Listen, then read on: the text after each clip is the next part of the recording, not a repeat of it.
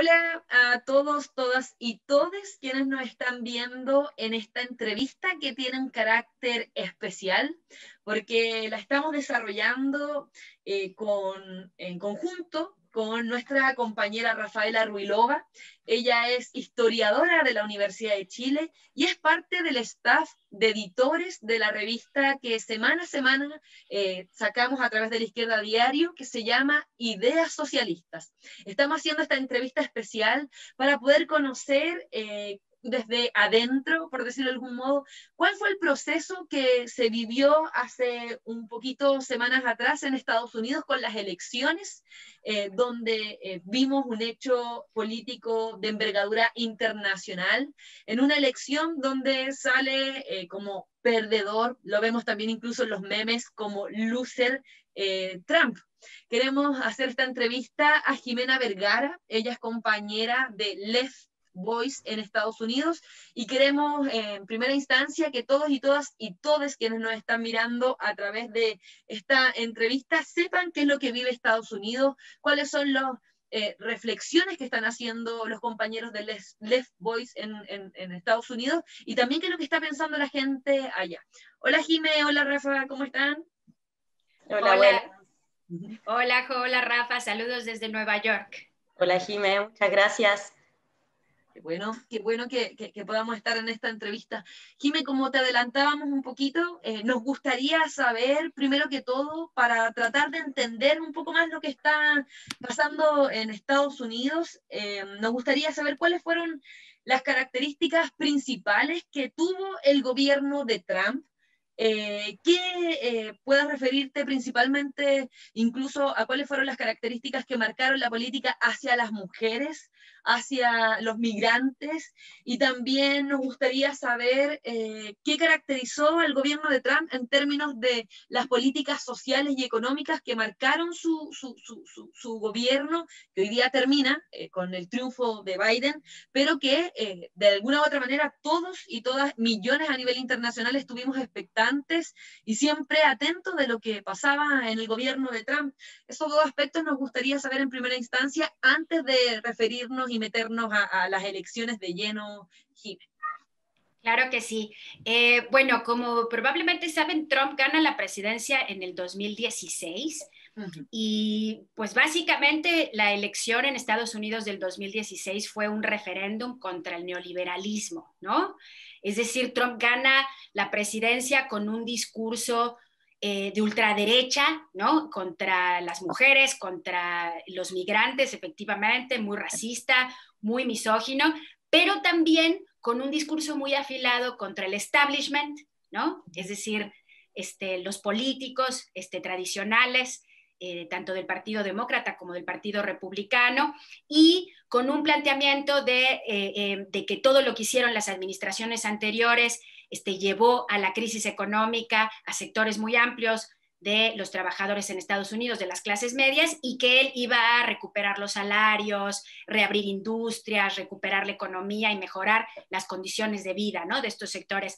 Sobre todo, le habló mucho a los trabajadores de Estados Unidos que producto de la ofensiva neoliberal, muchos vieron sus condiciones de vida caer dramáticamente, ¿no? Por ejemplo, los trabajadores del Roosevelt, que es una zona geográfica en el Midwest, en el medio oeste norteamericano, donde se concentraba la industria tradicionalmente y donde había una gran concentración obrera industrial, pero desde los 80s comienza un proceso de reconfiguración del mundo del trabajo en ese sector, justamente por la ofensiva neoliberal, ¿no? En principio porque muchas corporaciones relocalizaron sus fábricas buscando mano de obra barata hacia Vietnam, China, México, pero no solo eso, sino porque de conjunto la ofensiva neoliberal implicó liquidar sindicatos, liquidar industrias, darle mucho énfasis a los trabajadores de servicios, que en general tienen estándares de vida más precarios, o la logística, ¿no?, que también es una industria que creció muchísimo, tipo Amazon, ¿no?, como vimos recientemente con la pandemia, que creció muchísimo en los últimos años. Entonces, o un sector grande de la clase obrera y después de las clases medias rurales que quedaron empobrecidos durante la era Obama y que estaban hartos, digamos, de las administraciones demócratas que impusieron junto a las administraciones republicanas la ofensiva neoliberal. Entonces, así llega Trump y además asusando con un discurso ultraderechista contra los migrantes, responsabilizando a los migrantes de la pérdida de empleos, de trabajos nativos, ¿no? Contra las mujeres, como no se había visto en muchos años en Estados Unidos, un presidente absolutamente misógino, antiderechos, aliado de la iglesia evangélica y la iglesia católica, ¿no? Que son profundamente antiaborto, y así logra ganar la presidencia, más que nada por el hastío, digamos, con el Partido Demócrata que en ese momento representaba a Hillary Clinton, ¿no? Claro.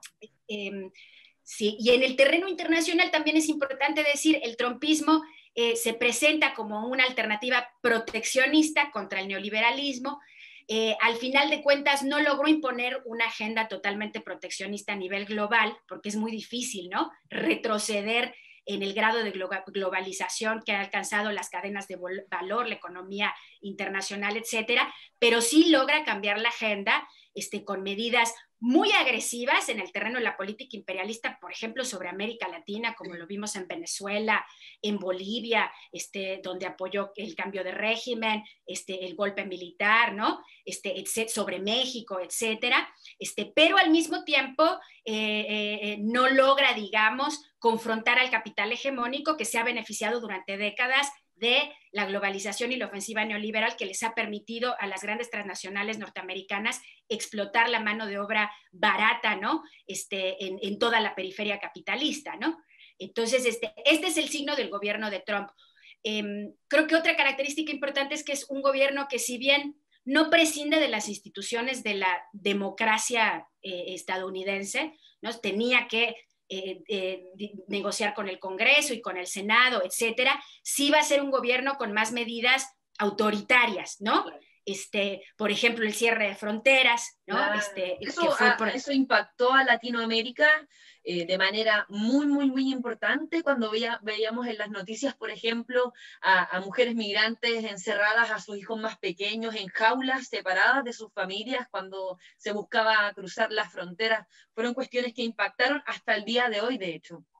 Claro, exactamente. La cuestión migratoria fue muy agresivo. Trump abrió todos los centros de detención, que son estas verdaderas cárceles donde hacinan a las familias migrantes, incluidos los niños, e impuso la política de separación de familias, como dices, es decir, de deportar a los padres, y dejó a miles de niños centroamericanos y mexicanos, también caribeños, y otros migrantes sin sus padres, ¿no? En territorio estadounidense. Entonces, efectivamente, se volvió muy agresivo en este sentido. Y por otra parte, otro fenómeno que despertó el trumpismo es que parte de su base social, que está históricamente vinculada a los grupos supremacistas blancos en Estados Unidos, ¿no? Que tienen larga tradición e historia desde el Ku Klux Klan, comienzan a reemerger estas milicias, ¿no? Violentas, que aunque todavía no son muy masivas, sí operan como fuerza de choque contra las comunidades de color, y contra, por ejemplo, contra los protestantes, contra los protagonistas de las protestas de Black Lives Matter, ¿no? Uh-huh. Entonces, de algún modo, lo que deja el trumpismo es este legado, ¿no? En el terreno internacional, una política bien agresiva imperialista, pero rompiendo las alianzas que había construido la era Obama con la OTAN, con Europa, con sus socios de siempre, rompiendo lanzas, volviéndose más agresivo contra China, iniciando la guerra comercial contra China, ¿no? Al mismo tiempo, una política bien agresiva sobre América Latina, yo creo que bastante más agresiva que la de Obama, porque Obama estaba preocupado con Afganistán e Irak, y de algún modo se aflojaron las cadenas de América Latina, ¿no? Muy relativamente, pero Trump vuelve a la carga sobre América Latina, sobre Cuba, Venezuela, Bolivia, como decía antes, y en el terreno doméstico, una agenda ultraderechista, antiderechos y racista contra las comunidades de color. Jimé, me quería referir justamente a lo último que comentabas, tanto lo que comentaba Cicuta respecto a toda la línea que impactó mucho en Latinoamérica sobre la situación del migrante y las fronteras, la imagen de los niños separados de las madres, encerrados en prácticamente cárceles, que fue muy impactante, y también, bueno, toda la línea ofensiva de intervencionismo en Latinoamérica, pero también no hay que olvidar que esa línea, como tú decías, Obama tuvo una línea muy ofensiva en la deportación de migrantes. Y también, claro, como tú decías, no tal vez tanto una línea tan ofensiva en Latinoamérica porque estaba centrado en otros centros, era una línea de intervención estadounidense también.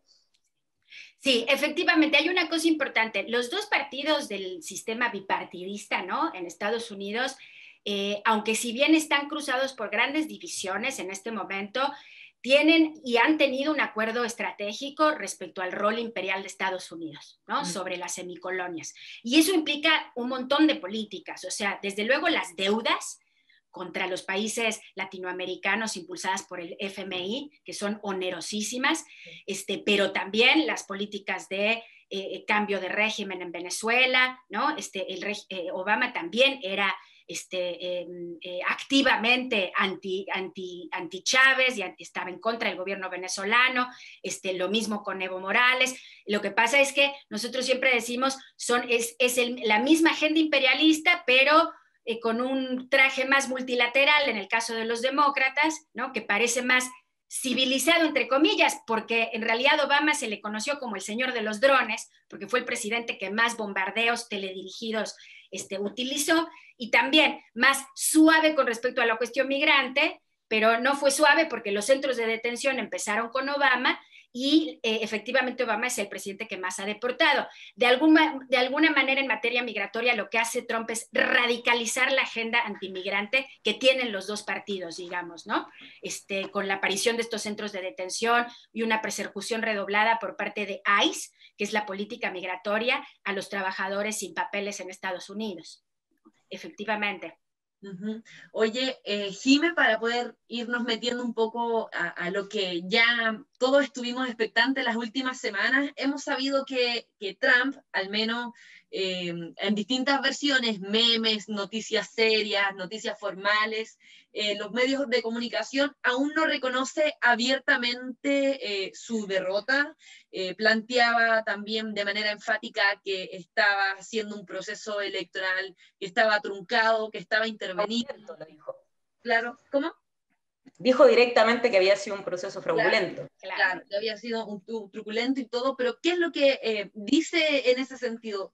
Por ejemplo, a tu modo de ver, ¿explica la actitud actual del gobierno de Biden en este sentido? Y si se podría repetir el escenario como en el 2000 cuando Bush dirimió su victoria electoral en la Corte Suprema frente al demócrata Al Gore. ¿Qué es lo que tiene de similar a lo que pasó en el 2000? Si se podría llegar a realizar y por qué Trump se niega a asumir una cuestión que a nivel internacional millones vimos que fue su derrota. Sí, bueno, efectivamente, a ver, detrás de todo el caos que fue la elección estadounidense está la podredumbre y la bancarrota del sistema electoral estadounidense, ¿no? Hay un problema que es que las instituciones de la supuesta democracia perfecta son verdaderamente antidemocráticas, ¿no? Desde el hecho de que al presidente no lo elige y el vicepresidente no los elige el voto popular, sino el colegio electoral, que es una instancia de electores que tienen representantes de cada estado de acuerdo a la población, ¿no? ¿A la cantidad de población? A la cantidad de población de cada estado, pero es una instancia que surge después de que es abolida la esclavitud y surge a instancias de los esclavistas sureños porque no querían que las masas negras del sur estuvieran sobre representadas en las elecciones y entonces negocian con la burguesía del norte para que el sistema electoral, ¿no?, esté de algún modo maniatado, sesgado, para que ciertos estados donde hay mayor concentración poblacional, que no eran los estados del sur, tuvieran mayor representación. Es una maniobra de los esclavistas que pierden la guerra civil, ¿no? Después de la abolición de la esclavitud. Entonces, esto obviamente ha cambiado mucho con los años porque los comportamientos demográficos han cambiado mucho, pero es importante que la audiencia se quede con la cabeza que el voto popular no cuenta en Estados Unidos. Lo que son estos electores que se basan en estos cálculos de nivel poblacional. Entonces, ¿por qué es importante esto? Porque, por ejemplo, Florida tiene veintitantos electores en el colegio electoral, ¿está bien? Pero New Hampshire o Nevada o otros estados, el norte de Carolina o lo que fuera, tienen 3 electores, ¿está bien? Entonces hay mucha gente que no va a votar porque sabe que no tiene ningún sentido ir a votar porque de todos modos los grandes estados que tienen alta representación en el colegio electoral son los que definen la elección, ¿está bien? Entonces, por eso hay tanta contradicción muchas veces entre el colegio electoral y el voto popular. El 2016 Trump perdió el voto popular, ¿no? Ganó por el colegio electoral. Bueno, entonces efectivamente, detrás está, ahora no es solo eso el problema de la antidemocracia, hay una práctica sostenida de supresión del voto que se llama, y obviamente también tiene un sesgo racial. Por ejemplo, los presos no pueden votar, pero resulta que en este país el 90% de los jóvenes negros ha pasado por la cárcel alguna vez. Es un sistema penitenciario profundamente racializado, ¿no? Bueno, todo ese sector de la población no puede votar. En algunos estados, si alguien estuvo en la cárcel, tampoco tiene derechos políticos para votar. Esto afecta para toda la vida queda limitado. Para toda la vida queda limitado en algunos estados. Entonces, y esto afecta mucho a la población negra que está criminalizada, porque entra a la cárcel por delitos que acá se conocen como de ventana rota, que son en realidad delitos por pobreza, bien por robar una televisión de una casa, por fumar marihuana, por todo muy, muy focalizado para criminalizar a la juventud negra, ¿no?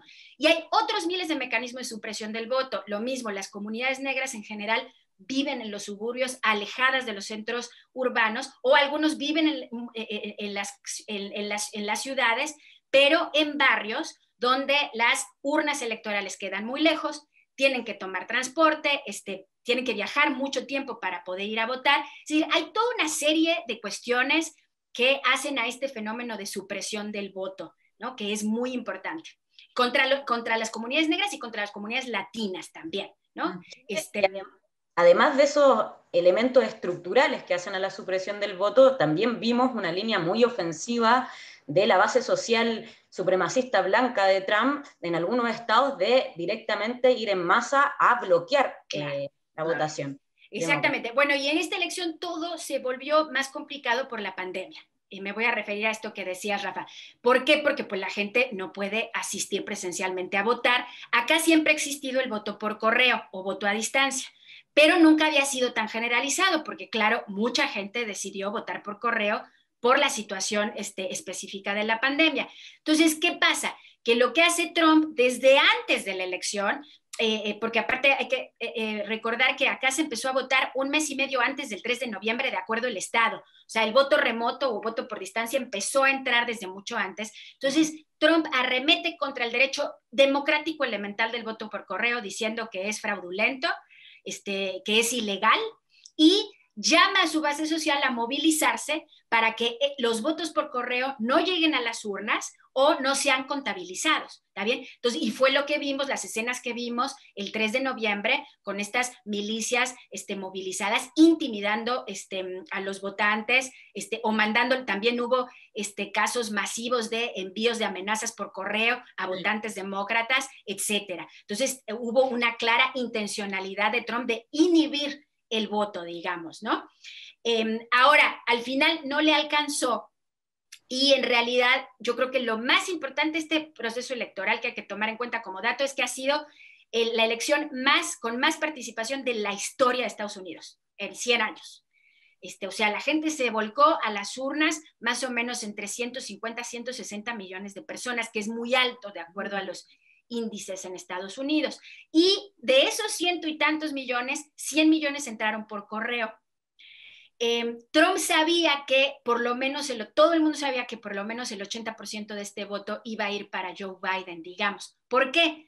Porque como Trump había estado siendo negacionista con la pandemia y antimáscara, y bueno, todo este discurso de la ultraderecha, le asusó a su base para que no votara por correo y para que fuera a votar presencialmente. Entonces ya se sabía que en general la base demócrata era la que estaba votando por correo, y ahí es donde Trump intenta miles de artilugios legales e ilegales. En este momento, todas las demandas legales que Trump y la campaña de Trump pusieron en contra de contar el voto por correo, porque hay una segunda cuestión que hizo todo más complejo. El sistema postal estadounidense es una porquería. Y es una porquería, claro, porque lo están privatizando lentamente por neoliberal. Lo están privatizando lentamente, tiene muchas delaciones, entonces no es confiable. Entonces, imagínense una persona que votó 2 semanas antes de la elección y su voto se quedó extraviado en el transcurso, claro. Entonces, lo que estaba peleando mucho la gente es que todos los votos fueran contabilizados si habían entrado a tiempo, ¿no? Para llegar, aunque no llegaron el 3 de noviembre. Bueno, Trump interpuso muchísimas demandas en los estados contra el conteo de votos, y en general fue derrotado legalmente.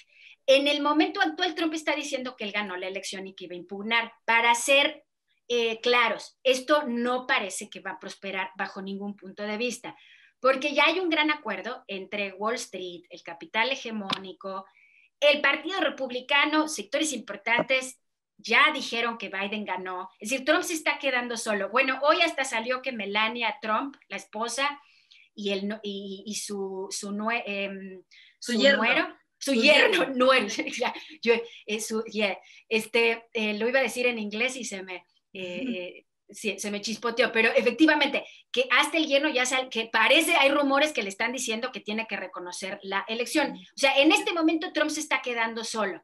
Obviamente porque perdió Fox, por ejemplo, que era la gran cadena televisiva que apoyaba a Trump, y que fue la voz de Trump durante toda la campaña, también ya le están soltando la mano. Entonces, no hay posibilidades reales de que vayamos a un escenario tipo 2000. O sea, no parece ser que la elección va a llegar a la Suprema Corte, porque hay un gran acuerdo burgués de que importa más la estabilidad capitalista para aplicar los planes de austeridad que vienen, que dejar que Trump haga y deshaga y que deslegitime una de las instituciones pilares del régimen norteamericano, que es el sistema electoral, ¿no? Porque eso mete en problemas a todos. Dale, Reforma. No, en esa misma línea del gran acuerdo burgués que hay de privilegiar la estabilidad, porque claramente abrir un escenario así no es un escenario favorable para la burguesía, en el sentido que se puede abrir una incertidumbre e inestabilidad que les complique en el marco de una crisis grande. Entonces, yo lo que te quería preguntar es justamente, porque Biden tuvo un apoyo hegemónico de la burguesía, o sea, las cartas de la burguesía estaban sobre Biden. Y en ese sentido, ¿tú qué crees que puede cambiar? ¿Qué aspectos más estructuralmente pueden cambiar de la administración de Trump al paso a la administración de Biden? Y en ese sentido, en el terreno tanto interno como en el terreno de la línea más internacional. Claro. Bueno, esta es una pregunta muy importante, pero ¿qué hipótesis, no, hay para el futuro? Lo que pasa es que hay una cuestión muy importante. El régimen bipartidista es muy consciente de su supervivencia. Entonces, y el capital hegemónico también. Entonces, hubo unidad burguesa ante la elección porque estaban aterrorizados de un escenario que, trajera otra vez al movimiento de masas a la calle, después de después de que el Black Lives Matter estuvo 3 meses en la calle con las movilizaciones más masivas de la historia, y por otra parte porque están conscientes los capitalistas de que la pandemia sigue su curso, no está conjurada, y que las secuelas de la crisis económica son todavía imprevisibles, ¿está bien? Pero al mismo tiempo están divididos. Eso es real, están divididos. Wall Street estaba contentísimo con Trump. El punto fuerte de Trump siempre fue la economía. Sí. Porque de algún modo recuperó la economía lentamente, nunca con los índices de antes del 2008, porque la crisis fue muy profunda, pero recuperó la economía, estaba generando empleo basura o precario, pero empleo. Wall Street estaba tranquilo, los capitalistas estaban tranquilos, ¿no? Lo que pasa es que, pero al mismo tiempo necesitaban estabilidad. Y el Black Lives Matter fue un elemento de gran inestabilidad, por un lado, y la realidad es que la base trumpista es un elemento de inestabilidad, ¿no? Entonces, de polarización, exactamente, mucha polarización. La sociedad norteamericana está desgarrada por cuestiones de clase, de raza, por cómo responder a la pandemia, ¿no? La base social de Trump estaba en contra de las cuarentenas, mientras los trabajadores esenciales, muchos negros y latinos, querían las cuarentenas porque son los trabajadores que se expusieron en el momento, en el cenit, ¿no? de la crisis del coronavirus. Muy polarizada la sociedad norteamericana. Y los partidos están divididos. Pero hubo un consenso burgués para encarar esta elección de manera responsable, digamos, ¿no? Y Trump no va a tener posibilidades de judicializar la elección y llevar la Corte Suprema, pero, como bien decía Jo al principio, esta elección quedó muy cerrada. Entonces, el dato es que Trump ganó 70 millones de votos. O sea, que no es un loco aislado en la Casa Blanca, es una persona que representa un sector muy amplio de las masas en Estados Unidos y que de algún modo representa sectores del capital. ¿Está bien? No parece un loco, pero no es un loco aislado. Entonces, se va Trump, pero no se ve el trumpismo. Y eso va a generar mucha crisis dentro del régimen. ¿Qué va a hacer el Partido Republicano? Su principal figura es Trump, quien le puede brindar votos. ¿Y qué va a hacer el Partido Demócrata? ¿Cuál es la tensión del Partido Demócrata? Tiene que lidiar entre sus compromisos con el capital, que ya firmó. Millones y millones de dólares se fueron a la campaña de Biden, de Wall Street, de Silicon Valley, de los grandes industriales, etcétera. Tiene que imponer la agenda imperial, ¿no? Porque Estados Unidos tiene un problema porque viene perdiendo hegemonía, ¿no? A nivel internacional. O sea, imagínense que cuando estaba la elección, todo este desastre de que no había resultados, acusaciones de fraude, China ya estaba anunciando que va a sacar la vacuna prontamente. O sea, el imperialismo yanqui tiene la presión de China emergiendo como potencia global, tiene la presión de la pérdida de hegemonía internacional y por otra parte tiene la presión doméstica de que tiene que lidiar con su base social. ¿Está bien? Y su base social tiene muchas aspiraciones democráticas, su base social tiene aspiraciones de cambiar el racismo, como se expresó en el Black Lives Matter. Su base social tiene aspiraciones de subir el salario, de derechos reproductivos, de defender los derechos reproductivos, el derecho al aborto y otros. Su base social tiene aspiraciones de sindicatos, por ejemplo. Más del 60% de la población estadounidense opina que hay que sindicalizar a los trabajadores. Es mucho. Entonces, estas aspiraciones democráticas que en realidad estaban representadas por Bernie Sanders, no sé si se acuerdan, sí. Claro. Un referente que incluso abrió como las expectativas por derechos democráticos mucho más profundo, pero también una politización en los sectores de la juventud e incluso de la clase trabajadora en Estados Unidos más naturalmente, que se notó aquello. Exactamente. Entonces, toda esta gente que estaba entusiasmada con Bernie Sanders porque les prometía salud universal, Medicare for All, les prometía salario de $15, ¿no? Derechos sindicales. Bueno, toda esta gente votó por Biden con la nariz tapada, pero tiene aspiraciones en que eso se pueda cambiar. Ahora, ¿qué viene, no, Rafa? Por la pregunta que me hacía, el problema es que hay crisis. No sabemos exactamente qué comportamiento va a tener esta segunda oleada de la pandemia. Ya empezaron a subir los casos nuevamente por el cambio de estación. Y todos dicen que la de mínima es que la depresión de la pandemia, que tuvo su punto más alto en marzo-abril, se va a convertir en una recesión muy larga, ¿no? Y eso implica desempleo estructural, eso implica pobreza, eso implica crisis de vivienda, crisis de salud, etcétera.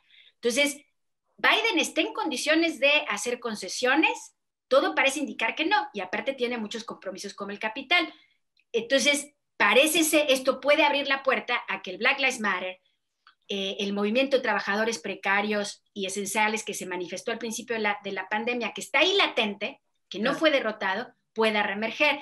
En el terreno internacional también es complicado pensar que Biden va a regresar así fácilmente al orden multilateral, y va a volver el neoliberalismo a pleno, porque hay una crisis del neoliberalismo a nivel internacional. Sí. Digo, Chile creo que adelanta todo esto, ¿no?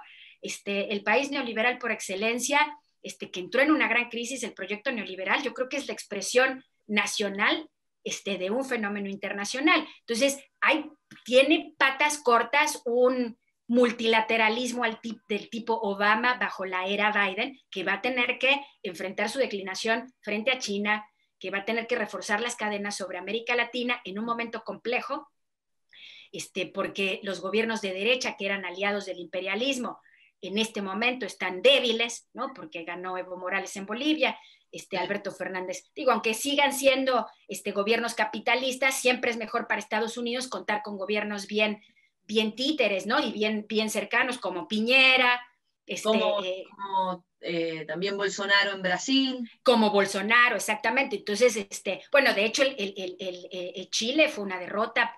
Chile y Bolivia, ¿no? Son derrotas para Bolsonaro, Trump y la agenda de este sector súper agresivo de manera imperialista. Entonces, está por verse qué va a hacer Biden, ¿no? Pero tiene poco margen porque hay una crisis más general, ¿no? Del neoliberalismo, que es lo que está detonando todos estos fenómenos bien complejos que estamos viendo, ¿no? Oye, claro, en ese sentido. Dale. Y un comentario que en ese sentido está, o sea, teniendo claro que primero, lo que decías de Bernie Sanders y todo, que fue una concesión también del sector de Bernie Sanders a la línea política hegemónica de la burguesía de ir por bajar la polarización y mantener mayor estabilidad. Por eso se retira. Bernie Sanders le entrega todo el apoyo a Biden para que sea candidato único demócrata con todo el apoyo.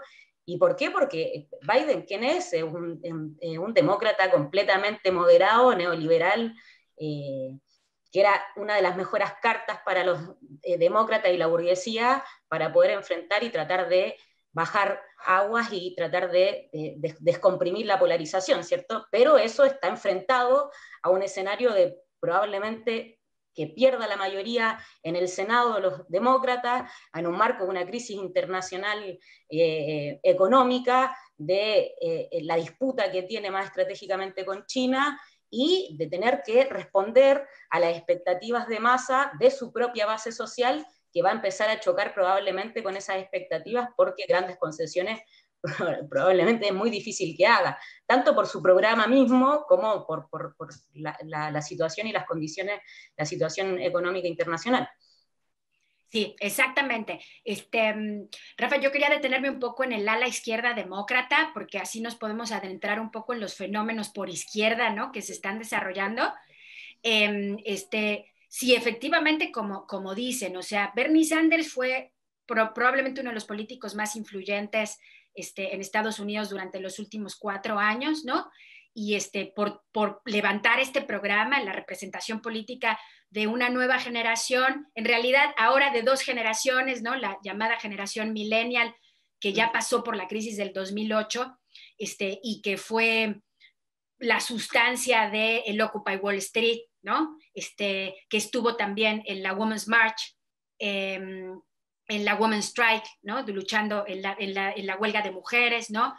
El Me Too, ¿no? Todos estos movimientos que en Estados Unidos han configurado pues un escenario ideológico y político más de izquierda, ¿no? Y ahora se junta con lo que acá se llama la Gen Z, la generación Z, ¿no? Que son más jovencitos, que despertaron a la vida política recientemente con las huelgas contra el clima, contra el cambio climático, ¿no? Bueno, esta generación está representada por el ala izquierda del Partido Demócrata, el ala insurgente, representada por Sanders, Alexandria Ocasio-Cortez, Ilhan Omar, ¿no? Estas congresistas de color, morenas y negras que ganaron representación en el Congreso, justamente porque representaban las aspiraciones de todo este sector con una agenda antirracista, por derechos básicos, etcétera. Bueno, este sector, el problema es que efectivamente en las primarias de febrero, antes de la pandemia, Sanders parecía que tenía posibilidades de ganar la primaria demócrata, que es cuando se elige el candidato a presidente del partido. Y hubo una gran maniobra de Obama y Clinton, que son los dirigentes del partido, y Nancy Pelosi, para obstaculizar a Sanders. Y Sanders decide apoyar en la Convención Demócrata críticamente a Biden, ¿no? Diciendo es un hombre muy decente, lo apoyamos, etcétera. Y claro, esa base social está disconforme con eso, porque tienen odio. Esta gente tienen odio de Wall Street, tienen odio de los políticos que representan a Wall Street, es una generación, yo creo que seguramente en Chile lo sienten, ¿no? A su manera, es una generación que va a estar en el trabajo precario, se endeudan, es como allá, se endeudan años y años si quieren ir a la universidad, pero al mismo tiempo la universidad es la única quizá posible salida a una situación de precarización estructural, no tienen seguridad social, no tienen, el transporte es carísimo, la crisis de la vivienda, pagan rentas, entonces esta generación ya no tiene, es consciente del cambio climático, ¿no? También es antiopresión, ¿no? Obviamente, antirracismo muy fuerte, antipolicía, ¿no? Es decir, esta generación está harta de todos los aspectos más brutales del capitalismo. Bueno, entonces, esta generación votó hacia Biden, pero de algún modo el problema es que Sanders juega el rol de darle vida a un partido que había quedado muy golpeado después, desde el 2016, porque hay sectores que están rompiendo, ¿no? Entonces, en lugar de tener una política combativa, de decir, no vamos a pactar con esta gente que va a gobernar para Wall Street, apoya a Biden y se van a quedar en el Partido Demócrata, ¿no? Que ahora con más problemas, porque ahora ellos gobiernan, ya no es Trump, va a ser Biden a la cabeza del Ejecutivo, aunque el Senado parece que queda mayoría republicana y eso va a generar tensiones. Entonces, este fenómeno, incluso en el 2016, decanta sectores que empiezan a hablar de socialismo, ¿no? Y surge una organización que por ahí la audiencia de la izquierda Diario Chile conoce, que es esta organización, los Socialistas Democráticos de América, ¿está bien? Democratic Socialists of America, que tiene ya 80,000 miembros, que surge después de la elección del 2016 de sectores que dicen, yo ya no quiero apoyar al Partido Demócrata, necesitamos una alternativa, y que empiezan a identificarse con una suerte de socialismo, ¿no? El problema de la dirección, y que es muy auspiciante en Estados Unidos, muy auspiciante, ¿no? El problema es que la dirección de este partido es una dirección que considera que la estrategia para llegar al socialismo es ir de a poco, ¿no? Construyendo una mayoría socialista dentro del régimen, y eso, créanlo o no, implica reformar al Partido Demócrata y hacerlo girar a izquierda. Y esa fue la estrategia que tuvo esta organización durante todos estos años. Lo que pasa es que la estrategia pues ya llegó a su límite, porque ni Sanders ganó la presidencia, ni Biden giró a la izquierda, no tomó ni un solo de los aspectos de la plataforma de Sanders. Entonces, ¿qué pasa? Que hay una gran cantidad, sobre todo la juventud, no solo, pero sobre todo la juventud, hay orfandad política. ¿Está bien? Porque no hay representación política de este sector que viene girando a izquierda. Entonces, va a ser muy interesante seguir la evolución de esta nueva generación que despertó a la vida política y que se combina con un despertar lento pero significativo de la clase obrera estadounidense, ¿no? Que ya había protagonizado huelgas, luchas por sindicalización durante la era Trump, que se hizo sentir al principio de la pandemia, no de manera generalizada, pero sí de manera muy importante, con mucha repercusión mediática, los trabajadores de Amazon, de Trader Joe's, de Walmart, ¿no? De los grandes supermercados, los empacadores de carne, los trabajadores de la salud, ¿no? Donde orgullosamente tenemos camaradas de Left Voice, que empezaron a plantear que la pandemia tenía un sesgo de clase, ¿no? Y que la clase obrera tenía que dar una solución independiente a la de los partidos capitalistas. Entonces, esta combinación de una juventud que está girando izquierda, que empieza, es así, ¿no? Que empieza a leer a Lenin, a Rosa Luxemburgo, a León Trotsky, que empiezan a leer de la Revolución Rusa, de la Revolución China, que se movilizó con todo en el Black Lives Matter, es multirracial porque hay una comunidad, y por eso el racismo, la lucha antirracista está creciendo, porque es una generación de negros y blancos y gente del Medio Oriente y gente de Centroamérica o de México, ¿está bien? Las nuevas generaciones que ya nacieron acá, que han hecho una comunidad muy disruptiva para luchar contra la violencia policial. Entonces hay que ver cómo estas dos fuerzas, ¿no?, tan importantes, pueden conmoverse, pueden interactuar la una con la otra, el movimiento obrero y la juventud antirracista, abrazando ideas socialistas, para forjar verdaderamente una corriente de izquierda, una organización, una nueva izquierda en Estados Unidos que desafíe al sistema bipartidista, porque en esta elección lo que se trata es de que las masas tienen dos alternativas: votar por un imperialista de cuello blanco o votar por un imperialista ultraderechista, xenófobo como Trump.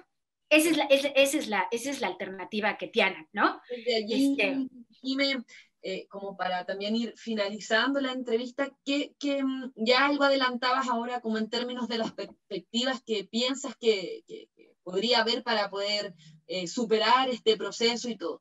Desde Left Voice, ustedes, compañeros que están allí en Estados Unidos, al calor el gran imperialismo que todo el mundo conoce, ¿qué piensas que es necesario poder desarrollar desde el movimiento de mujeres, desde la clase trabajadora, desde lo que vimos progresivamente con mucha atención con el movimiento de Black Lives Matter, como dices tú? ¿Qué perspectivas o qué desafíos existen para todos esos sectores para poder efectivamente no hacer que la crisis que tú planteas, que está muy abierta en el marco de lo económico, de lo que significa la pandemia, no la tengan que cargar aquellos sectores y pueda haber una posibilidad distinta de vivir incluso en este contexto que vivimos en pleno 2020 a nivel internacional, pero en particular en Estados Unidos? Claro, bueno, como decía antes, el problema central es que el movimiento de masas, ¿no? Los movimientos sociales de mujeres, movimiento negro, sigue todavía, aunque con rupturas y grietas, pues sigue todavía subordinado al Partido Demócrata, ¿no? En el movimiento obrero, por la vía de la burocracia sindical, ¿no? Que jugó un rol nefasto durante el movimiento. Por ejemplo, se negó la burocracia sindical, a pesar de haber un movimiento de base exigiendo la desafiliación de los sindicatos de policía en pleno Black Lives Matter. La burocracia sindical se negó, ¿no? Porque acá los policías están sindicalizados. La burocracia sindical ahora está pactando con Biden para hacer un acuerdo laboral, que hay que ver qué resulta, pero seguramente los capitalistas van a querer ganar algo de ese acuerdo laboral. Y por otra parte, también a los movimientos sociales en este país los dirigen las colaterales, las ONGs vinculadas al Partido Demócrata, ¿no? Entonces, está el desafío para el movimiento, para estos sectores de masas, de romper con estas direcciones que son verdaderos diques, ¿no? De contención, que nos han hecho creer la idea de que por fuera del Partido Demócrata no hay nada, cuando el Partido Demócrata es, decimos acá, dicen acá los jóvenes estadounidenses y los viejos también, es el sepulturero de los movimientos sociales, ¿no? Porque es así, los coopta y los convierte a su favor para seguir sosteniendo el racismo, la explotación, etcétera, del régimen bipartidista. Entonces es un gran desafío. Y eso implica desarrollar mucha política, por ejemplo, para profundizar el movimiento contra los sindicatos de policía dentro del movimiento obrero. Es muy importante porque es una forma de establecer una alianza entre el movimiento obrero y el movimiento negro. Es clave, ¿no? Exigir, por ejemplo, pelearle a la burocracia sindical, luchar por la sindicalización y la organización de los sectores que están por fuera de los sindicatos, que son como un 90% de la fuerza laboral. En este país solo el 10% está sindicalizado. Es grande, ¿no? Para el movimiento de mujeres lo mismo. O seguimos pensando que la representación, que estamos representadas por ser mujeres únicamente, o construimos una representación de mujeres trabajadoras y de clase, no demócratas, que peleen por nuestros intereses, ¿no? Porque también juega con eso el Partido Demócrata, ¿no? Kamala Harris es ahora la heroína del movimiento de mujeres, pero Kamala Harris fue fiscal general del estado de California, que es, era encargada del encarcelamiento masivo de negros en California, que es uno de los estados con más alto índice de encarcelamiento de negros en todo el país. Esa es Kamala Harris. Y que no va a temblarle la mano si tienen que sea lanzar bombas o aplicar sanciones contra los países sancionados por Estados Unidos como Irán, donde las mujeres en plena pandemia se morían no por el virus, sino por el hambre generada por las sanciones imperialistas. Digo, a ese nivel de gravedad es que el movimiento de masas y la izquierda tiene que jugar un rol muy importante para romper de una vez por todas con la confianza en el Partido Demócrata, retomar el camino de la movilización, porque incluso las conquistas que ganemos en el próximo periodo no van a venir de las buenas intenciones de Biden. Si conquistamos algo en el próximo periodo, va a provenir de la movilización. Y lo mismo el movimiento antirracista, ¿no? En lugar de depositar confianza en que Biden va a desfinanciar los departamentos de policía, cosa que bajo ningún punto de vista va a hacer, fueron de hecho las administraciones demócratas las que también reprimieron al movimiento Black Lives Matter.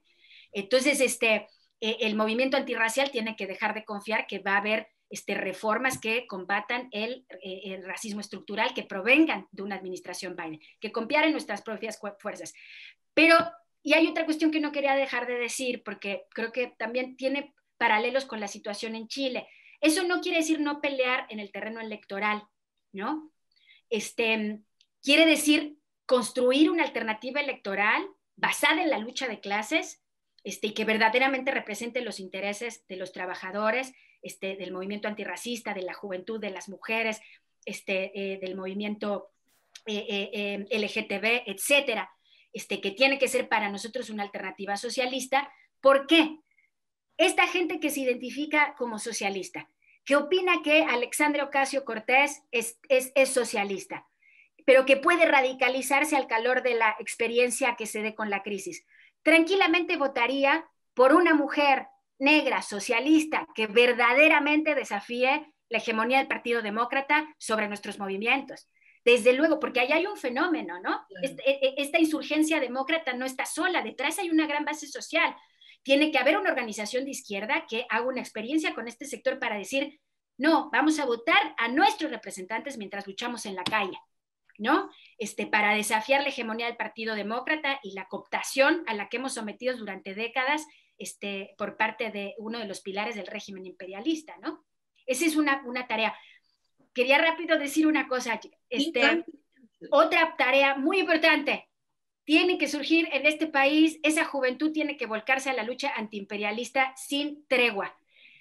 Me da mucha ilusión estar acá, porque si desde acá construimos un movimiento movilizado, ligado a la clase obrera, que se oponga a los cambios de régimen en Venezuela, a las operaciones militares imperialistas, a que se oponga a la terrible deuda que aqueja a los pueblos de Sudamérica, que se oponga a la guerra contra las drogas impuestas sobre México y las políticas criminales migratorias contra nuestros hermanos en Centroamérica. Si construimos esa izquierda, no solo estaremos horadando al régimen o afectando las bases del régimen estadounidense, estaremos teniendo una política activamente internacionalista para desafiar las cadenas del imperialismo sobre nuestros pueblos hermanos. Entonces hay una conexión bien estrecha entre una oposición socialista que sea verdaderamente internacionalista, es decir, antiimperialista en el seno del imperialismo, ¿no?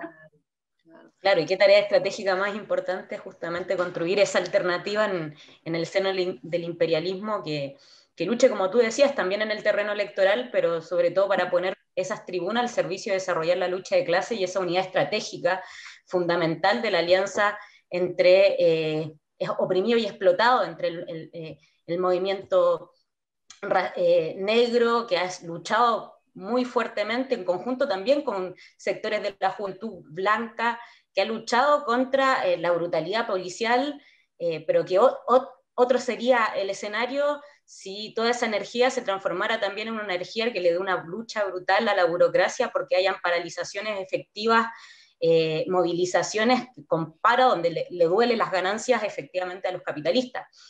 Nos alegra mucho ser parte de esa misma corriente a nivel internacional.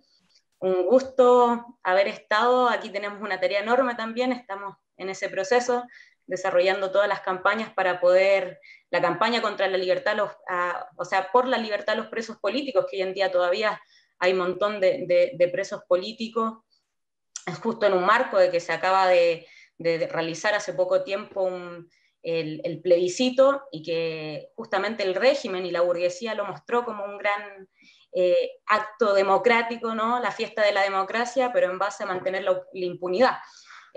Bueno, justamente nosotros estamos lanzando toda esa campaña y para también seguir desenmascarando las trampas. Y muchas gracias, Jim, es una gran tarea estratégica que queremos que la juventud, las mujeres puedan ver y también empecemos a compartir esas perspectivas, hacemos estos programas, estas conversaciones para poder ir poniendo también esas cosas en común.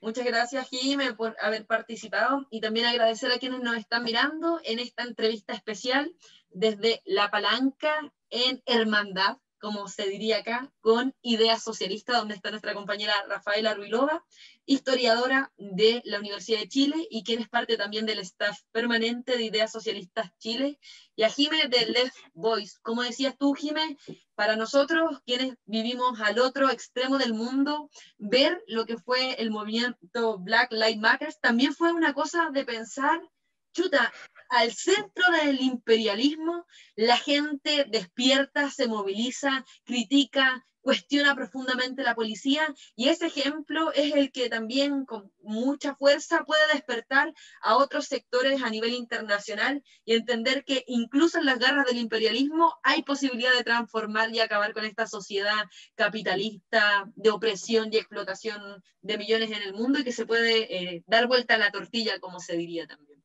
Eso, un beso, un abrazo a todos quienes nos están mirando y agradecer infinitamente a la entrevista con Jimé. Espero que te hayas sentido cómoda con nosotras ahora. Muy bien, muchas gracias, me encantó y saludos a las y los trabajadores y la juventud chilena que despertó y nos despertaron a todos, así que vamos a tirar el legado de Pinochet, vamos por más.